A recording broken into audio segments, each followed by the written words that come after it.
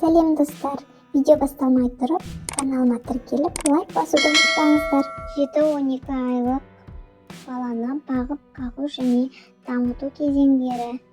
Сәби дербестілік көрсетеді. Оған енді қасық пен саптаяқтың не үшін қажеттілік екені түсінікті. Үлкендер онымен тамақ жейді. Оның үлкендердің өте ұқсағысы келеді.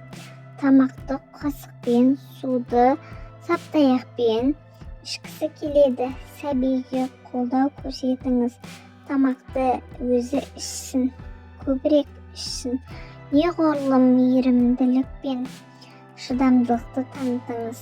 Баланың көңіл күйіне сізге байланысты болады. Егер сіз жымисаңыз, әңгімелесіп, оның кеудесіндегі қыссаңыз, сәби көңілді де тыныш болады. Қоршаған орта күн сайын көптеген жаңалықтар әкеледі. Сәбидің оларға бейімделуі көмектесіңіз. Адамдардың, жан-жануарлардың, заттардың нұқсап, олардың атын атаңыз. Сіздің сөйлегеніңізді, біреумен әңгімелескеніңізді немесе кітап оқығаныңызды баланы атады.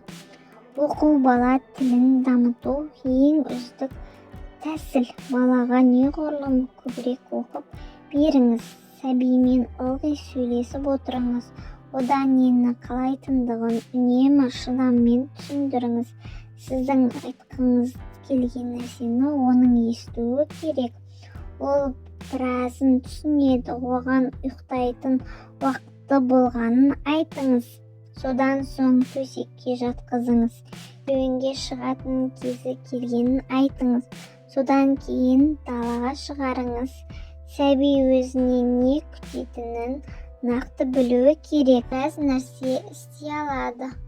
Отыру, еңбектеу және тұруға талпыну, сіздің қолыңыздан ұстап аяғын басу, қарапайым сұрақтарға жауап беру, 2-ден 8-ге дейін сөз айту, қолын шапалақтау, тығылмақ ойындарын ойнау, дыбыстарды, сөздерді және қимылдарды сіздің кейін қайталау, бармақ және сұқ саусақтарын зерттеп көру, қасықты қолына алып, саптаяқты ұстау, өз бетімен тамақ ішу.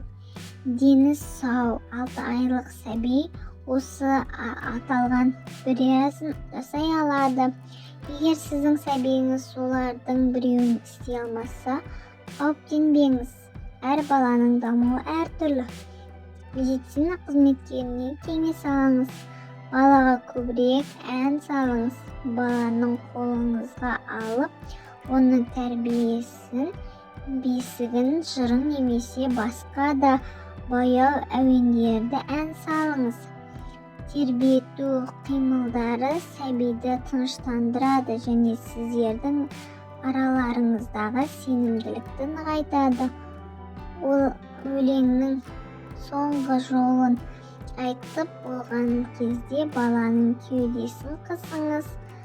Ғылыми зерттеулерге әнді тыңдау, көрнекті бейнелерді ойлауды, яғни бейнені саралау, сосын жинақтау қабілеттерін дамытатын дәлелденген. Бұның бір түрі математика, инженерия және басқа да ғылымиға негіз болды. Сәбидің денсаулығы. Екпелер балаларға барлық екпелерді ақысыз жасалады 12 айға дейін.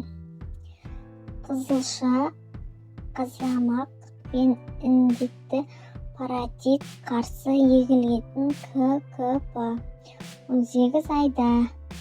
Көкжөтел, краснуха, күл ауруы, столбняк, сіреспе, дифтерия қарсы екпелер АКДС 4.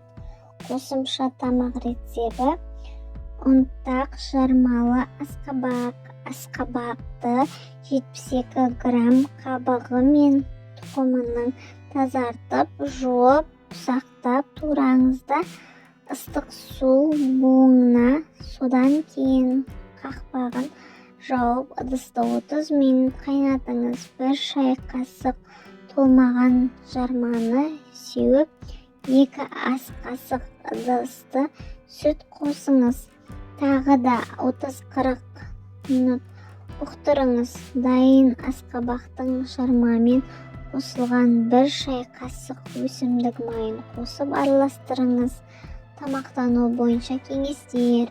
Сәби енді үлкендер сияқты күніне 2 рет қосымша тамақ ішеді. Бұл негізгі тамақтану кезінде бір тамақтанудың сәби 17-20 қасық 250-300 мл тамақ ішуі керек. Емшек емудің жалғастырып беріңіз.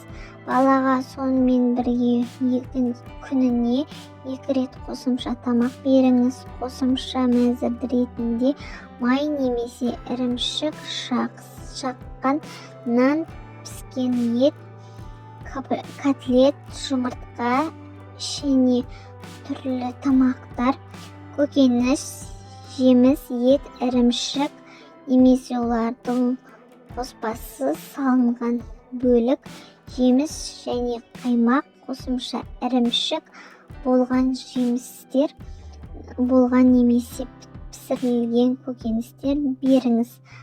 Бағып күту және дамыту кезеңдері. Бұл жастағы сәбилердің сүйікті ойыншықтары көбінесе көкшелер, пирамида, пайым құрылымдар. Сәбиге өзінің бір затты екінші заттың үстіне қою алуы, ойыншықтардың қораптың үстіне қойып, сосын оны алып тастай алатыны ұнайды. Сәбимен көбірек сөйлесіңіз, оған қарапайым сұрақтарды қойыңыз, міндетті түрде оның тыңдаңыз. Сәбидің не айтқысы келетінін түсінуге тырысыңыз. Балалар үлкендердің көмектесуін жақсы көреді. Сәби көмектесе алатынын және сіздің ойыңызды шығатынын мақтап етіңіз.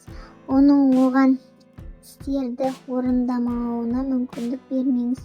Үстелдегі майлық қоюға, шай сүртуге тағы басқа мейірімді даму беретін сөздерді аямаңыз. Өзінің сүйікті және сіз үшін өте қажет екендігін сезіну ол үшін өте маңызды. Тәртіптеме бойынша кеңестер. Сәбидің тамақтану, ойнауы және демалуы тәртібі болуы керек. Баланың күнде шамамен бір уақытта тамақтандырыңыз және ұйықтатыңыз. 1 жастан кейін балалар әдетте түні бойы және күндіз бірнеше сағат ұйықтайды. Баланың өз бетімен ұйықтауға үйретіңіз. Сүйікті жатар киімін, сүйікті ойыншығын таңдап алыңыз. Төсекке жатсын. Ұйықтар алдында балаға сабырлап ертегілер оқып беріңіз. Онымен сөйлесіп, бесік жырын шырқап беріңіз. Сіздермен болған мен Әсия. Каналыма тіркеліп, лайк басуды ұмытпаңыздар. Сіздердің қолдауларыңыз мен үшін өте маңызды.